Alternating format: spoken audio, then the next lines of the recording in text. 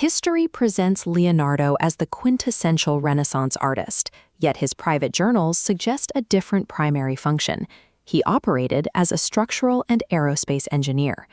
Da Vinci identifies his origin in the rural town of Vinci, rather than a family name.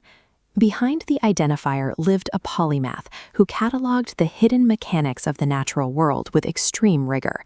He documented this work across thousands of notebook pages.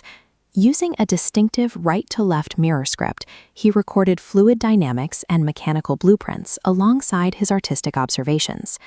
These journals represent an epistemological pipeline.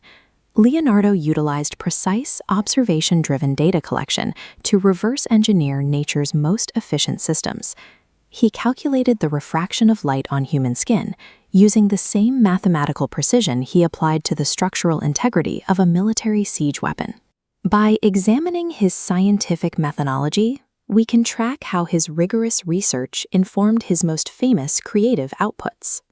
This research began in the intellectual epicenter of Florence, where Leonardo received his formal training.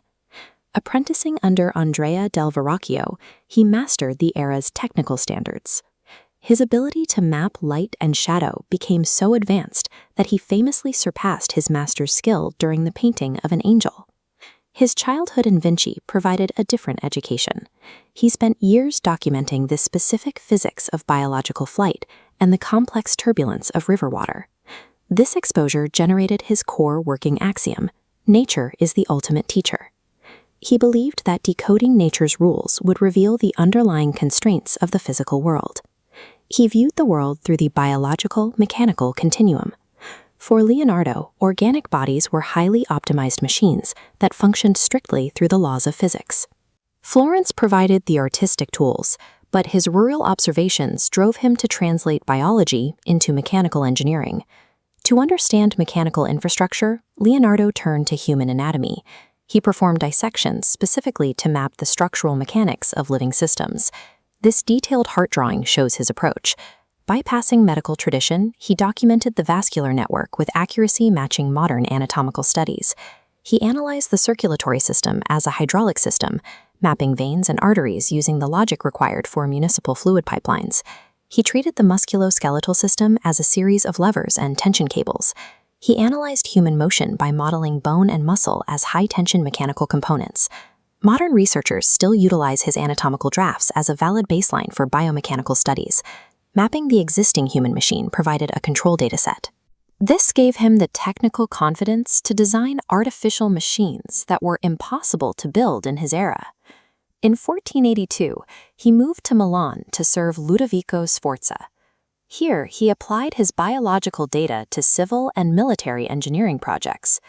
This design for an armored tank uses sloped geometry to deflect incoming fire, a principle later refined in modern military ballistics. He ported his understanding of load-bearing structures to his civil designs, proposing self-supporting bridges and advanced canal locks for regional infrastructure. His mechanical components were direct translations of anatomy.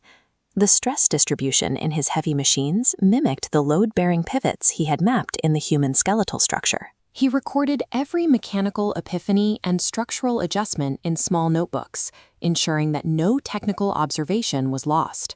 His work in Milan demonstrated that biological structural logic could be successfully integrated with artificial materials. After documenting the limits of terrestrial mechanics, Leonardo turned to a more difficult fluid medium, the air. He proposed that human flight could be achieved if engineers replicated the biological model of birds. He realized that air acts as a fluid medium. It can be compressed and displaced to generate the force necessary for lift. By observing bird wing mechanics, he isolated a key principle. A downward stroke creates a localized high-pressure zone, generating enough upward force to counter gravity. He drafted mechanical designs based on these observations, replacing biological wings with a system of rigid spars and stretched canvas. He understood the inverse of lift as well. His pyramidal parachute design calculated that trapping air could create sufficient drag to decelerate a falling mass safely. These calculations moved the concept of flight out of mythology and into the domain of aerodynamic physics. These mechanical wing designs, his ornithopters, attempted to leverage human muscle power to drive biological flight mechanics. His most prophetic design was this aerial screw schematic, intended to bore upward into the atmosphere using a helical rotor. The rotor blades on a modern helicopter serve the exact aerodynamic function Leonardo proposed for his central mast and screw. Modern chutes utilize the same principles of air resistance that Leonardo documented in his Renaissance sketches. While his aerodynamic principles were sound, Leonardo faced a significant material bottleneck. The era lacked the power-to-weight ratio provided by an internal combustion engine. Wood and canvas structures were too heavy for the limited power human muscles could sustain. His aerospace architectures were aerodynamically valid, but were constrained by the energy density and metallurgy of the 15th century.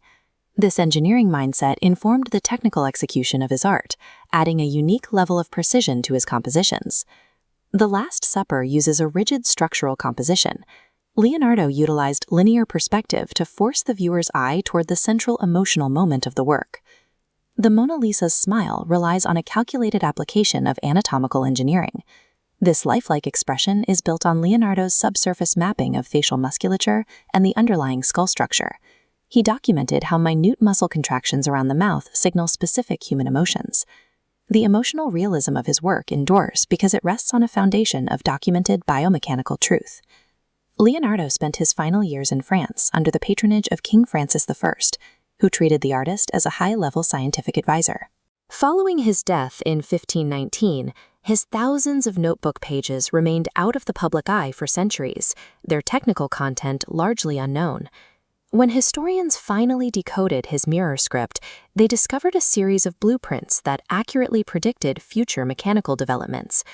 These journals reveal a man whose observations anticipated the mechanical systems of the modern world long before the technology existed to build them.